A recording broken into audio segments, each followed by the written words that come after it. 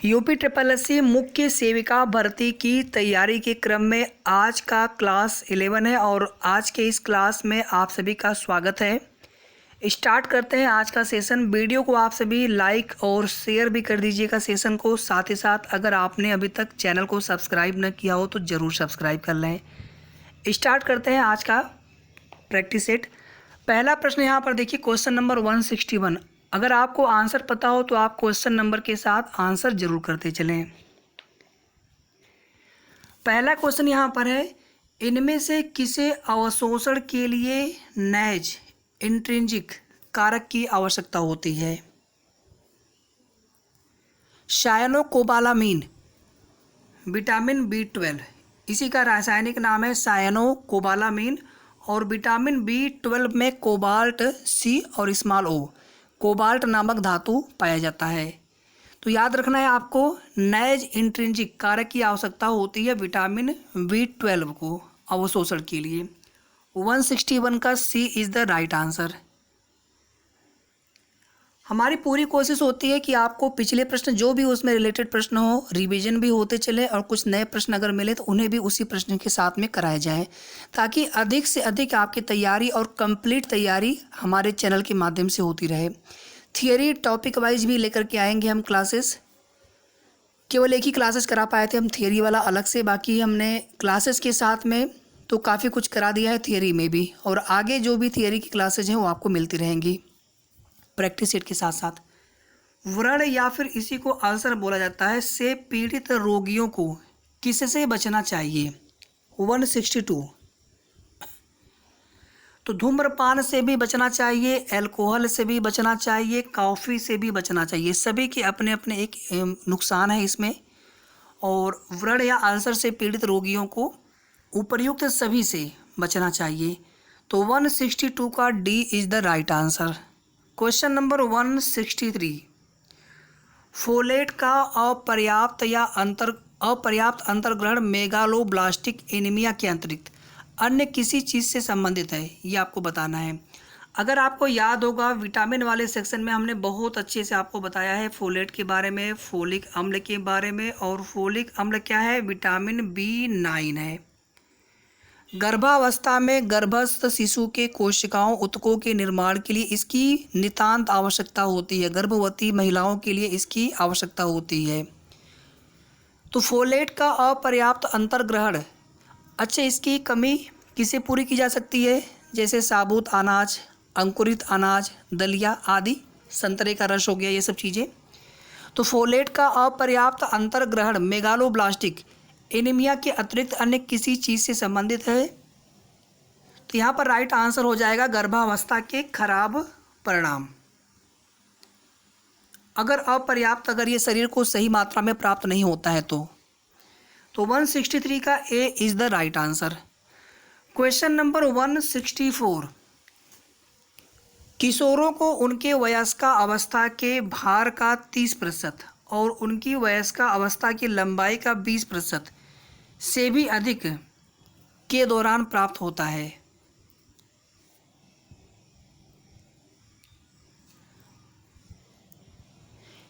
तो यहाँ पर राइट आंसर हो जाएगा ए, 10 से 19 वर्ष।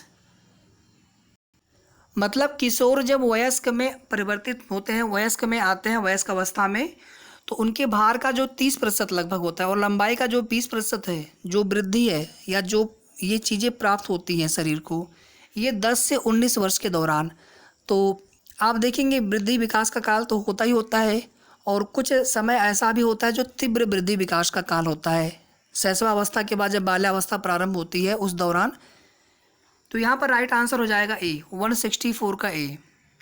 165। महिलाओं के मामले में 18.5 किलोग्राम पर मीटर स्क्वायर से कम के BMI का अर्थ है। BMI है क्या? हमने आपसे एक क्वेश्चन BMI का पहले भी कराया था, इसका फुल फॉर्म भी आप सभी से पूछा था, अगर आप सभी को याद हो। Body mass index, body mass index, इसका फुल फॉर्म भी जानते रहिए। अगर महिलाओं के मामले में 18.5 किलोग्राम पर मीटर स्क्वायर से कम के BMI अगर पाई जाती है, इसका मतलब है कि सामान्य से कम पोषण उनको प्राप्त हो रहा है। सामान्य से कम पोषण उनको प्राप्त हो रहा है। याद रखिएगा इसको, डाटा को। 165 का बी। क्वेश्चन नंबर 166, घेंघा और क्रेटिनता जड़ मानवता। घेंघा को ही गाइटर रोग बोला जाता है का कारण बनने वाली प्रमुख पोषक तत्व न्यूनता है। तो आयोडीन के कमी से ही जड़ वामनता मतलब कैसे ना मंदबुद्धि, क्रेटिनता और घेंघा या फिर गाइटर रोग हो जाता है आयोडीन की कमी से। आयोडीन को हम लोग ऐसे लिखते हैं I2 करके। अगला क्वेश्चन देखिए। अच्छा, हमने एक क्वेश्चन पूछा था आप सभी से, हेपेटाइटिस का कौन सा प्रकार सबसे अधिक खतरनाक होता है। ज़्यादातर लोगों ने आंसर किया था। अगर आपको पता हो तो आप इस सेशन में भी आंसर करिए कमेंट करके, क्योंकि ये सभी प्रश्न ना अपने आप में बहुत महत्वपूर्ण हैं। हेपेटाइटिस का प्रभाव कहाँ पड़ता है ये भी आप बता सकते हैं।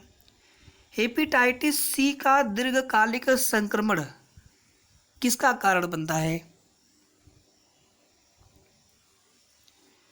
बहुत आसान प्रश्न है, लीवर या फिर यकृत। दीर्घकालिक यकृत संक्रमण लीवर को ये डैमेज करता है। क्वेश्चन नंबर 167 का A is the right answer. जो क्वेश्चन हमने आपसे पूछा है अगर आपको पता हो तो आप प्लीज़ राइट आंसर जरूर बताएं।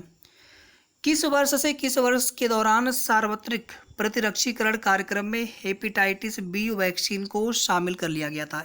ये हेपेटाइटिस का प्रकार जिसकी अभी हम चर्चा कर रहे थे। चलिए आप लोग आंसर करिए, हम बाद में बताएंगे इसके बारे में। कौन सा प्रकार सबसे अधिक खतरनाक होता है हेपेटाइटिस का, हमने आपसे प्रश्न ये पूछा है। तो वर्ष 2002 से 2003 के दौरान जो है हेपेटाइटिस बी वैक्सीन को शामिल किया गया था सार्वत्रिक प्रतिरक्षीकरण कार्यक्रम के अंतर्गत। 168 का A is the right answer. Question number 169, कुछ कैरोटेनाइड जैसे लाइकोपीन एकल ऑक्सीजन के भक्षक होते हैं और शक्तिशाली क्या प्रदान करते हैं। एंटीऑक्सीडेंट गतिविधि। एंटीऑक्सीडेंट के रूप में भी कई विटामिन कार्य करते हैं। एंटीऑक्सीडेंट बेसिकली होता क्या है, शरीर में जो एकल ऑक्सीजन अतिरिक्त ऑक्सीजन जो उनको रिलीज करना होता है उसी को बोला जाता है, जो भी उसमें एजेंट काम करते हैं उसी को बोला जाता है कि एज ए एंटीऑक्सीडेंट वो एजेंट काम कर रहा है, या फिर उसमें जिसकी भूमिका होती है, जिस विटामिन की भूमिका होती है। तो कुछ जो है कैरोटेनाइड या लाइकोपीन इस प्रकार के एजेंट होते हैं जो कि एकल ऑक्सीजन की भक्षक होते हैं और शक्तिशाली एंटीऑक्सीडेंट गतिविधि प्रदान करते हैं। ठीक है, तो उम्मीद करते हैं आपको ये प्रश्न समझ में आ गया होगा। कोई भी अगर आपको टॉपिक या कोई भी, जैसे मान लीजिए हमने कहीं पर बताना भूल गए हम कि एंटीऑक्सीडेंट बेसिकली होता क्या है, तो आप कमेंट करके पूछ सकते हैं। कोई भी छोटा सा डाउट आपके मन में नहीं होना चाहिए। 169 का A is the right answer. Question number 170, राष्ट्रीय अंधता नियंत्रण कार्यक्रम के अनुसार अंधता का मुख्य कारण बताइए। देखिए मैं यहाँ पर चारों ऑप्शन नहीं पढ़ता हूँ, डायरेक्ट आंसर बताता हूँ ताकि आपका समय बचे और डायरेक्टली आपको सही आंसर का पता चले। बाकी हम ऑप्शन भी अगर आप कहेंगे तो हम चारों ऑप्शन पढ़ दिया करेंगे, कोई दिक्कत उसमें नहीं है। तो मोतियाबिंद, बेरी बेरी, विटामिन B12 की कमी। विटामिन B12 की कमी से परनीसियस एनीमिया नामक बीमारी होती है। बेरी बेरी विटामिन B1 की कमी से नामक बीमारी होती है। और मोतियाबिंद ये जो है राष्ट्रीय अंधता नियंत्रण कार्यक्रम के अनुसार अंधता का मुख्य कारण है मोतियाबिंद। 170 का A is the right answer. राष्ट्रीय ट्यूबरकुलोसिस, टीबी, तपेदिक, यक्ष्मा, BCG का टीका जन्म के तुरंत बाद, ये सारी चीज़ें मैं क्लासेज में करा चुका हूँ और उम्मीद करते हैं कि आपको ये सारी बातें यहाँ पर समझ में आ गई होंगी। तो राष्ट्रीय ट्यूबरकुलोसिस कार्यक्रम का मुख्य उद्देश्य आपसे पूछा गया है। यहाँ पर 4 ऑप्शन दिए गए हैं, राइट आंसर यहाँ पर ये सभी हैं। निगरानी तंत्र स्थापित करना, टीबी का उचित निदान, पहचान और केस प्रबंधन, मतलब उनका जो नैदानिक उपाय है उसको भी करना, ट्रीटमेंट भी करना, टीबी के जो संचरण की गतिविधि है या वृद्धि है उसको भी घटाना। तो यहाँ पर ये तीनों ही सही हैं राष्ट्रीय ट्यूबरकुलोसिस कार्यक्रम के अंतर्गत, मुख्य उद्देश्य के अंतर्गत। तो यहाँ पर राइट आंसर हो जाएगा ऑप्शन डी, उपर्युक्त सभी। क्वेश्चन नंबर 172, इनमें से कौन विटामिन B12 की कमी से उत्पन्न मेगालोब्लास्टिक एनीमिया को ठीक कर देता है।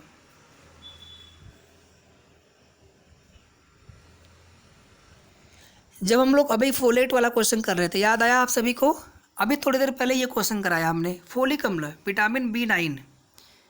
कुछ विटामिन आपस में एक दूसरे के पूरक होते हैं, एक दूसरे के क्रियाविधि में सहायक होते हैं। तो इसको याद रखिएगा, विटामिन B12 की कमी होती है और उससे उत्पन्न जो मेगालोब्लास्टिक एनीमिया अगर की समस्या होती है तो विटामिन B9 फोलिक अम्ल से उसको पूरा किया जा सकता है, उस कमी को दूर किया जा सकता है। याद रखिएगा इसको, सभी प्रश्न अपने आप में बहुत इंपॉर्टेंट है। सेशन को आप सभी प्लीज़ शेयर कर दीजिएगा, लाइक आप सभी कर दीजिएगा। साथ ही साथ अगर आप चैनल में नए हो या फिर आपने चैनल को सब्सक्राइब न किया हो तो ज़रूर सब्सक्राइब कर लें। बाकी के जो वीडियोज़ हैं आप UPSSC मुख्य सेविका 2022 प्रैक्टिस सेट नाम से एक प्लेलिस्ट होगी, उस प्लेलिस्ट में जाकर के आप सभी वीडियोज़ देख सकते हैं। बाकी इसके हम लास्ट में आप देखेंगे एंड स्क्रीन में भी हम वीडियोज़ लगा देते हैं ताकि आपको वहाँ से भी डायरेक्टली वीडियो और आपको प्लेलिस्ट भी मिल जाया करे। वीडियो के लास्ट में, तेल किसका समृद्ध स्रोत है? तेल, ऑयल। आज हम एक आर्टिकल पढ़ रहे थे, उसमें ये लिखा था कि जो तिल का तेल होता है इसको हम 12 महीने यूज कर सकते हैं। सरसों का तेल जो है नवंबर दिसंबर में।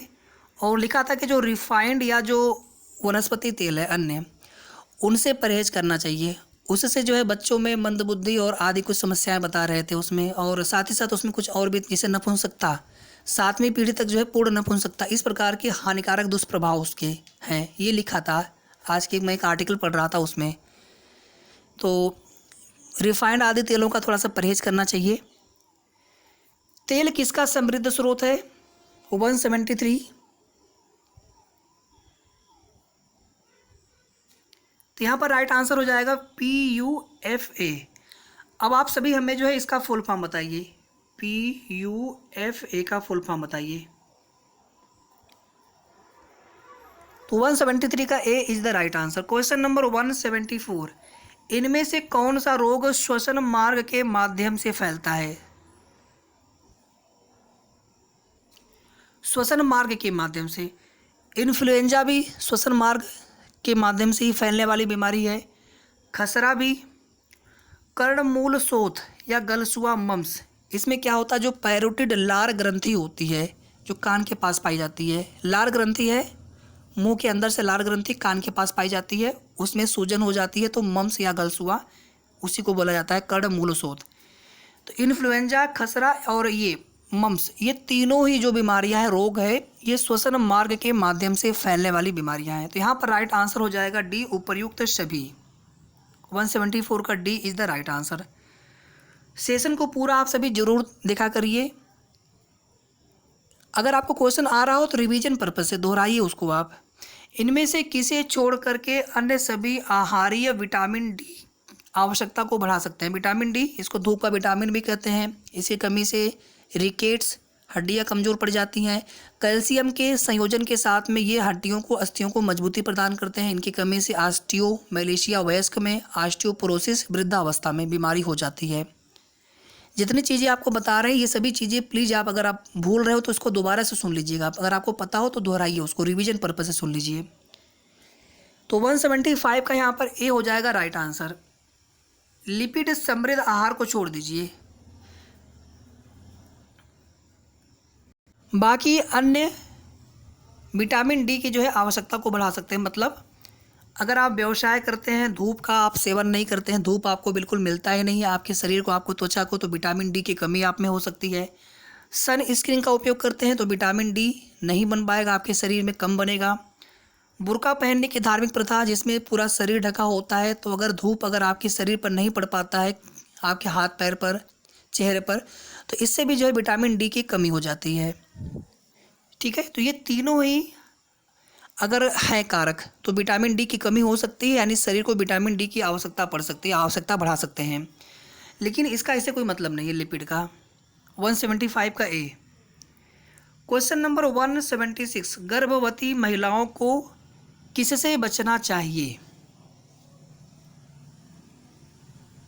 सभी से बचना चाहिए। और ध्यान दीजिएगा जो कृत्रिम रंग है ना, इनका जहाँ भी यूज किया जाता है ये सभी हानिकारक होते हैं, और विशेष करके गर्भवती माताओं के लिए। तो उपर्युक्त सभी, देखने में तो बड़ी अच्छी वो होती है मिठाइयाँ, अलग अलग रंगों की, लेकिन उसमें किस केमिकल का प्रयोग किया गया है वे रंग उन्हें देने के लिए, इसका भी हमें पता होना चाहिए कितने हानिकारक होते हैं वे। क्वेश्चन नंबर 177, इनमें से कौन एक संक्रामक संचारी रोग नहीं है? इन्फ्लुएंजा तो है संक्रामक रोग, टाइफाइड भी है, खसरा भी है अगर आप रोगी के नज़दीक होते हैं, लेकिन यहाँ पर जो हिस्टीरिया है ये कोई संक्रामक रोग नहीं है। हिस्टीरिया, इसी को शायद अपस्मार भी हिंदी में कहा जाता है। तो 177 का A is the right answer. शेष जो है तीनों, ये सभी अगर आप रोगी के पास अगर कुछ देर या लंबे समय तक रहते हैं तो ये बीमारी जो है संचरित होने की संभावना रहती है, खसरा, influenza, typhoid. Question number 178, calcium, phosphate, magnesium के अंदर पाए जाने वाले महत्वपूर्ण खनिज हैं। किसके अंदर पाए जाने वाले खनिज हैं? आसान सा प्रश्न है। अस्थियों के अंदर, हड्डियों के अंदर। और कैल्शियम तो सबसे प्रमुख भाग है, फास्फेट की भी आवश्यकता होती है, मैग्नीशियम की भी आवश्यकता होती है, और विटामिन डी भी यहाँ पर कारगर भूमिका निभाते हैं। 178 का B is the right answer. Question number 179, गर्भावस्था के दौरान ऊतक संश्लेषण की गति बढ़ने, सक्रिय ऊतक द्रव्यमान में वृद्धि होने और हृदय वाहिकीय एवं श्वसन कार्य में वृद्धि होने के कारण किसमें वृद्धि होती है? आधारिक चयापचय, लंबाई, विशिष्ट गतिक्रिया या फिर इनमें से कोई नहीं। क्वेश्चन नंबर 179, तो गर्भावस्था के दौरान ऊतक संश्लेषण की गति, टिश्यूज संश्लेषण की जो गति है, मतलब उनके निर्माण की जो गति है, बढ़ जाती है, सक्रिय ऊतक द्रव्यमान में वृद्धि होने और हृदय वाहिकीय एवं श्वसन कार्य में जो वृद्धि होने का कारण है, ये आधारिक चयापचय में वृद्धि होती है। आपके सिलेबस में है ना बेसिल चयापचय, बेसिल मेटाबॉलिज्म, तो बहुत इंपॉर्टेंट टॉपिक है ये। यहाँ से एक क्वेश्चन आना ही आना है, एक या एक से ज़्यादा क्वेश्चन भी पूछे जा सकते हैं, तो इसको याद रखिएगा। क्वेश्चन नंबर 179 का ए है राइट आंसर। प्रश्न को बल्कि आप एक बार फिर से पढ़ लीजिए यहाँ पर, ठीक है। क्वेश्चन नंबर 180, SAM का पूरा नाम बताइए। SAM का पूरा नाम बताइए। सीवियर एक्यूट मल न्यूट्रिशन, सीवियर मतलब हो गया गंभीर, एक्यूट मतलब हो गया तीक्ष्ण, और मल न्यूट्रिशन मतलब हो गया कुपोषण। न्यूट्रिशन पोषण को बोलते हैं, तो मल न्यूट्रिशन। तो सीवियर एक्यूट मल न्यूट्रिशन, गंभीर तीक्ष्ण कुपोषण, SAM, इसको याद रखिएगा आप सभी। 180 का B is the right answer. Malaria नामक रोग किसको प्रभावित करता है? तो मलेरिया प्रोटोजोआ से होने वाली बीमारी है, और प्लाज्मोडियम प्रोटोजोआ से होने वाली बीमारी है, और मादा एनाफिलीज मच्छर जो है इसका वाहक होती है। तो प्लाज्मोडियम, प्रोटोजोआ और मादा एनाफिलीज, इसको भी आप याद रखिएगा। प्रोटोजोआ से होने वाली बीमारी है मलेरिया। तो मलेरिया जो है प्लीहा को प्रभावित करता है। प्लीहा को जो है ब्लड नहीं, RBC का कब्रिस्तान भी बोलते हैं प्लीहा को। नहीं, माफ़ी चाहूँगा, यहाँ पर गलत हो गया। प्लीहा को जो है ब्लड बैंक बोला जाता है, ये सही है। पहले हम सही बता रहे थे, उसमें थोड़ा सा भी कन्फ्यूजन बाद में हुआ। ब्लड बैंक, प्लीहा या फिर तिल्ली, इसी को आप हिंदी में तिल्ली भी कह देते हैं, ठीक है। प्लीहा, तिल्ली, ब्लड बैंक भी कहा जाता है इन्हें। तो यहाँ पर हो जाएगा सी राइट आंसर। प्लीहा प्रभावित होती है मलेरिया रोग में। काली खांसी के लक्षण क्या हैं? DPT, ठीक है, याद है आप सभी को, पता है आप सभी को इसके बारे में, तो ठीक है। तो इस क्वेश्चन का आंसर करिए आप सभी लोग। क्वेश्चन नंबर 182 का सी इज़ द राइट आंसर। खांसी हो, छींकें आती हो, नाक बहती हो, ये सभी जो है मतलब एक तो सूखी खांसी होती है, एक तो खांसी होती है छींक और नाक बह रहा हो, तो काली खांसी के लक्षण है यहाँ पर। सी हो जाएगा right answer. Question number 182, iron न्यूनता के, अच्छा DPT का टीका कब लगाया जाता है? बस आप हमें इतना कमेंट करके बता दीजिए। Diphtheria, pertussis, tetanus, diphtheria, tetanus या फिर काली खांसी। आयरन न्यूनता के सर्वाधिक जोखिम में मौजूद जनसमूह है। एनीमिया कई प्रकार के होते हैं, B12 की कमी से, B6 की कमी से, विटामिन आयरन की कमी से। B12 की कमी से अगर एनीमिया होता है तो B9 फोलिक एसिड उसकी उसके द्वारा जो है उसकी पूर्ति की जा सकती है। क्वेश्चन नंबर 183, तो यहाँ पर डी हो जाएगा बिल्कुल राइट आंसर। नवजात शिशु हो, बच्चे हों, गर्भवती हो सकने वाली आयु की महिलाएं हों, गर्भवती हो सकने वाली आयु की महिलाएं हों या फिर गर्भवती महिलाएं हों, इन सभी में जो है आयरन न्यूनता, आयरन की कमी से होने वाली एनीमिया, रक्ताल्पता नामक बीमारी हो सकती है या फिर उनको समस्या हो सकती है। रक्ताल्पता, एनीमिया, तीनों यहाँ पे हो जाएंगे, तो यहाँ पर हो जाएगा D is the right answer, उपर्युक्त सभी। क्वेश्चन नंबर 184, अगर आपको लग रहा हो कि सेशन हम ज़्यादा स्लो अगर चल रहे हैं तो थोड़ा सा हम फास्ट भी कर देंगे, ठीक है। तो कोई भी आप सुझाव देना चाहते हो या क्लास कैसा लगा आपको, ये भी आप सभी कमेंट करके ज़रूर बताएं। जिस प्रश्न का आपको आंसर पता हो उन प्रश्नों के आंसर भी आप क्वेश्चन नंबर के साथ देते चलें। गर्भावस्था में ऊर्जा की आवश्यकता बढ़ जाती है क्योंकि किसके लिए अतिरिक्त ऊर्जा चाहिए होती है? सामान्य मनुष्य के लिए, चाहे वो महिला हो चाहे पुरुष हो, सामान्य कार्य करने वाले 3000 कैलोरी, अधिक श्रम करने वाले पुरुष हैं तो 4000 कैलोरी। इसी प्रकार से बच्चों के लिए भी हमने अलग अलग बता रखा है, 12 वर्ष से कम है, फिर 14 से 18 वर्ष के हैं। गर्भवती माताओं के लिए भी हमने बता रखा है। तो यहाँ पर आपसे भी आंसर करिए क्वेश्चन नंबर 184 का। तो यहाँ पर गर्भस्थ शिशु और गर्भनाल की वृद्धि, मातृ टिशूज ऊतकों की वृद्धि, इन दोनों की वजह से अतिरिक्त ऊर्जा की आवश्यकता होती है। प्रोटीन ज़्यादा चाहिए उनको, इसी प्रकार से अन्य जो पोषक आहार हैं उनकी मात्रा सामान्य से कुछ ज़्यादा आवश्यकता होती है। प्रोटीन कितना चाहिए होगा गर्भवती माताओं को? सामान्य अवस्था में 60 ग्राम चाहिए होता है। आप बताइए गर्भवती माताओं को कितना प्रोटीन चाहिए? जो भी क्वेश्चन हमने पूछा है आप सभी को आंसर करना है उसका। 184 का सी। 185, घेंघा या फिर गाइटर किससे संबंधित है? ये तो बहुत आसान प्रश्न है। आयोडीन की कमी से होने वाली बीमारी है। और अवटु या फिर जो थायराइड ग्रंथि होती है, ये होती कहाँ पर है? जहाँ अपना एक गले का आगे जो जो दिखता है ना, ये जो हम जहाँ पर स्वर वाक्स भी बोलते हैं, उसी में ये थायराइड ग्रंथि होती है। और थायराइड ग्रंथि के पीछे की साइड में पैराथायराइड ग्लैंड होती है, उसी के पीछे साइड में। इसीलिए जो पैराथायराइड ग्रंथि होती है उसको ग्लैंड इन ग्लैंड बोला जाता है। जैसे पीयूष ग्रंथि को मास्टर ग्लैंड बोला जाता है, तो इसी तरह से जो पैराथायराइड होती है ये थायराइड के अंदर पाई जाती है पीछे की साइड में, तो उनको ग्लैंड इन ग्लैंड, ग्रंथि में ग्रंथि। अग्नाशय को मिश्रित ग्रंथि। शरीर की सबसे बड़ी ग्रंथि बताइए? अंतःस्रावी ग्रंथि। शरीर की सबसे बड़ी ग्रंथि तो लीवर आप लोग बता चुके हैं, पूछा था हमने। आज आप लोग बताइए शरीर की सबसे बड़ी अंतःस्रावी ग्रंथि और शरीर की सबसे बड़ी बहिःस्रावी ग्रंथि।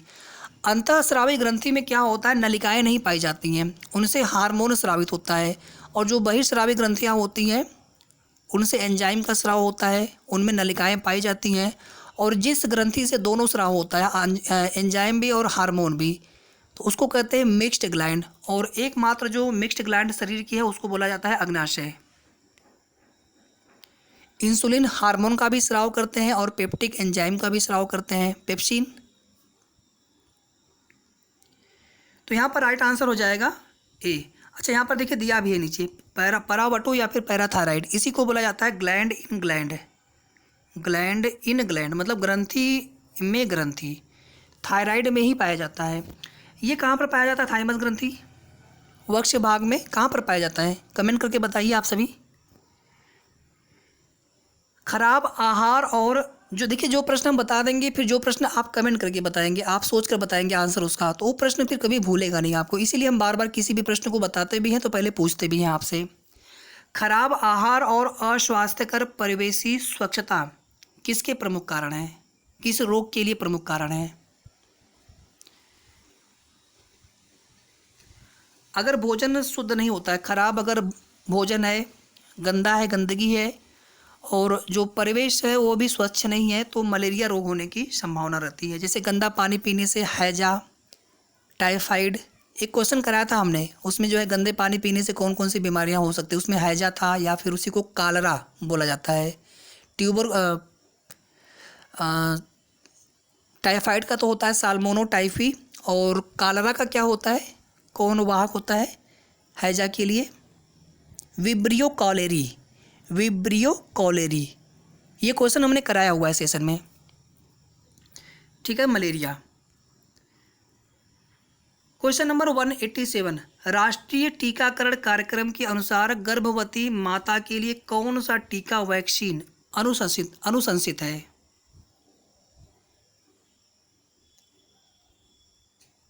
सी, टेटनस टॉक्साइड। तो राष्ट्रीय टीकाकरण कार्यक्रम के अनुसार गर्भवती माता के लिए कौन सा टीका या फिर वैक्सीन अनुशंसित है? Tetanus toxoid. ये बच्चों को लगता है जन्म के तुरंत बाद बीसीजी का, ट्यूबरकुलोसिस से बचाव के लिए। क्वेश्चन नंबर 188, 188, पौष्टिक व पोषक आहार जो सभी बृहद एवं सूक्ष्म पोषक तत्वों एवं खाद्य समूहों की दृष्टि से संपूर्ण होता है कहलाता है। बहुत आसान सा प्रश्न है। संतुलित आहार, सभी पौष्टिक सभी पोषक आहार बृहद सूक्ष्म पोषक तत्व उसमें पाए जाए, खाद्य जो मिनरल्स है आदि सभी उसमें मिले। क्वेश्चन नंबर 189, इनमें से कौन एक मच्छर से फैलने वाली बीमारी नहीं है? सीसी मच्छर, ट्रिपैनोसोमा नींद की बीमारी,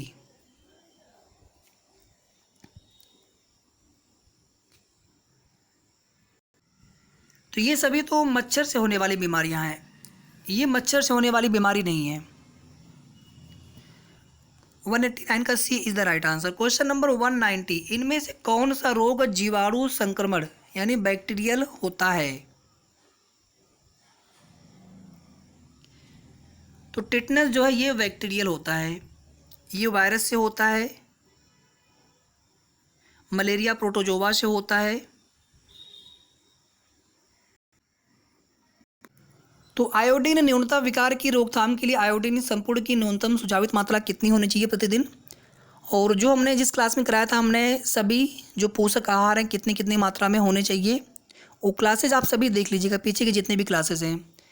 तो यहाँ पर राइट आंसर हो जाएगा 193 का ए, 100 से लेकर के 150 माइक्रोग्राम। ये माइक्रोग्राम है, ये माइक्रोग्राम। 1 ग्राम में 10⁻⁻6, 1 माइक्रोग्राम में 10⁻⁻6 ग्राम होता है, तो बहुत छोटी राशि है माइक्रोग्राम। क्वेश्चन नंबर 194, अर्धवार्षिक कृमि मुक्ति योजना जो साप्ताहिक आयरन एवं फोलिक अम्ल संपूर्ण योजना का घटक है, एल्बेंडाजोल की कितनी मात्रा प्रदान करती है? 400 मिलीग्राम। क्वेश्चन नंबर 195, इनमें से कौन सा पोषक तत्व अधिक ऊर्जा प्रदान करता है? ये तो हम बहुत अच्छे से आपको ये करा चुके हैं क्लासेस में। कार्बोहाइड्रेट के 1 ग्राम से 4.1 कैलोरी ऊर्जा प्रदान होती है।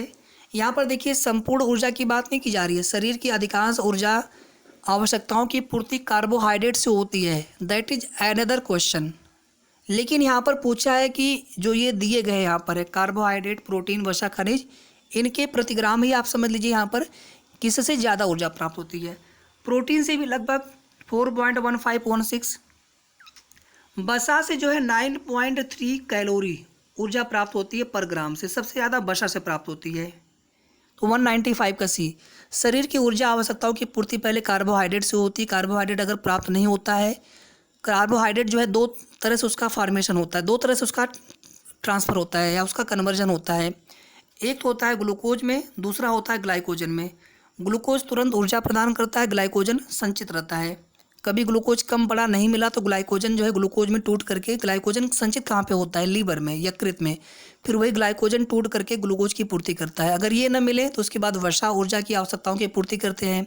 वसा भी अगर न मिले तो फिर प्रोटीन जो है आवश्यकताओं की पूर्ति करते हैं, ऊर्जा आवश्यकताओं की पूर्ति करते हैं।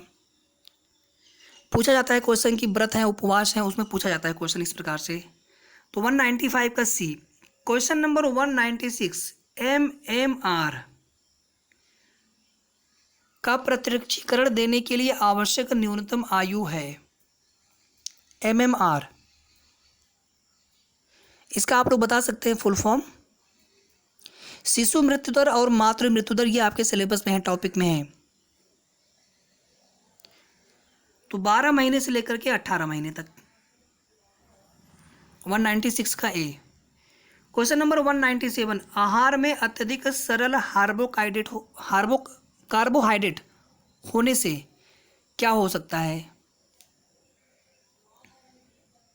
मोटापा हो सकता है। 197 का ए। मेगालोब्लास्टिक एनीमिया किसकी कमी के कारण होता है? ये क्वेश्चन तो करा चुके हैं थोड़ी देर पहले।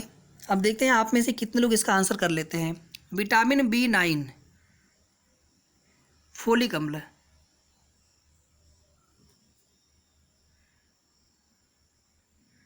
या इसी को फोलेट भी कहा जाता है। गर्भवती महिलाओं के लिए, गर्भस्थ शिशु के लिए फोलिक अम्ल की नितांत आवश्यकता होती है उनके कोशिकाओं, टिश्यूज आदि के निर्माण के लिए या उनके विकास के लिए। ICMR 2010 के अनुसार गर्भवती महिलाओं के लिए कैल्शियम की RDA, हमने RDA का भी फुल फॉर्म पूछा था आप सभी से, बहुत लोगों ने आंसर किया था। तो कितनी कैल्शियम की RDA है, कितनी आवश्यकता होती है कैल्शियम की गर्भवती महिलाओं के लिए? 1200 मिलीग्राम प्रतिदिन, 1200 मिलीग्राम प्रतिदिन, 1200। और आज के सेशन का लास्ट प्रश्न है, प्रोटीन कुपोषण की उपचार प्रोटोकॉल किससे प्रारंभ होती है? प्रोटीन कुपोषण है। तरल पदार्थों की पुनः पूर्ति, तत्पश्चात उच्च गुणवत्ता वाले प्रोटीन और कैलोरी में क्रमशः वृद्धि। प्रोटोकॉल मतलब होता है ना कि एक निश्चित पहले से इंस्ट्रक्शन होता है कि इसके बाद ये करना है, इसके बाद ये करना है, इसके बाद ये करना है, इन कार्यों में ये शामिल होंगे, इन कार्यों में ये शामिल होंगे। देखते सुने होंगे आप लोग, प्रोटोकॉल तोड़ करके प्रधानमंत्री जी जो है कोई आते हैं, दूसरे देश के प्रधानमंत्री उनको रिसीव करने जाते हैं। मतलब वहाँ पे निर्देश या वहाँ पे जो पहले से चीज़ें निर्धारित हैं वो उनके लिए नहीं होती हैं, लेकिन उससे बाहर जा कर के, मतलब प्रोटोकॉल से बाहर जा कर के। तो अगर प्रोटीन कुपोषण है तो सबसे पहले तरल पदार्थों की पुनः पूर्ति, तत्पश्चात उच्च गुणवत्ता वाले प्रोटीन और कैलोरी में क्रमशः वृद्धि, ये प्रोसेस है। इस प्रकार से कुपोषण, प्रोटीन वाले कुपोषण को दूर करने के लिए ये आवश्यक प्रोटोकॉल है। तो सेशन यहीं पर समाप्त होता है और उम्मीद करते हैं सेशन आपको बहुत पसंद आया होगा। तो जल्दी से आप लोग वीडियो को लाइक और सेशन को शेयर आप भी कर दीजिएगा सभी।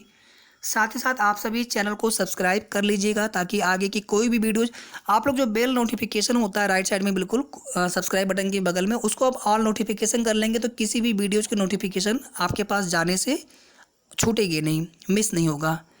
ठीक है, तो मिलते हैं फिर नेक्स्ट क्लासेस में। तब तक आप सभी अपना ध्यान रखें और तैयारी अच्छे से करते रहें। एक सीट आपको अपनी सुनिश्चित करनी है मुख्य सेविका भर्ती 2693 पोस्ट में। धन्यवाद।